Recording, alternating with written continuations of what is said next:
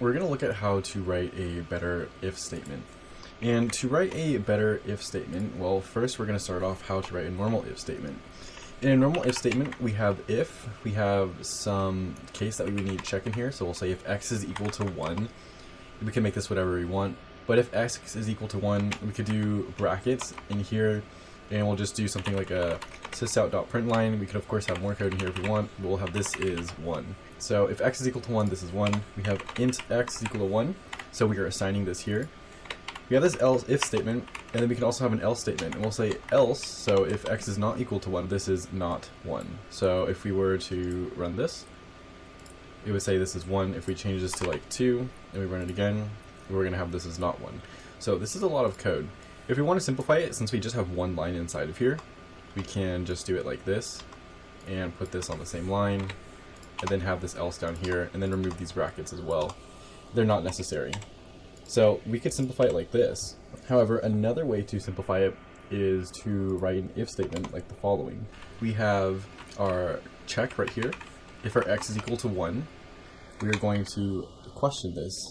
And if this is true, we're going to write out this is 1. Otherwise, we're going to represent this with our colon right here. And we're going to do this is not 1. And then we can end this line. We have an error right here, but that's just because this needs to be stored inside of something, since this is going to return a string. So we can do string and call it results instead of equal to all of this. So result is going to be equal to here, and we can just do a sysout and then print our result. We can comment these out and run it like this. And we see that this is not 1 because we have a 2 here. If we change it back to 1, we have this is 1. So this works the same way as this if else does. Now what this allows us to do is store this in our result straight away right here if we're working with our simple if else.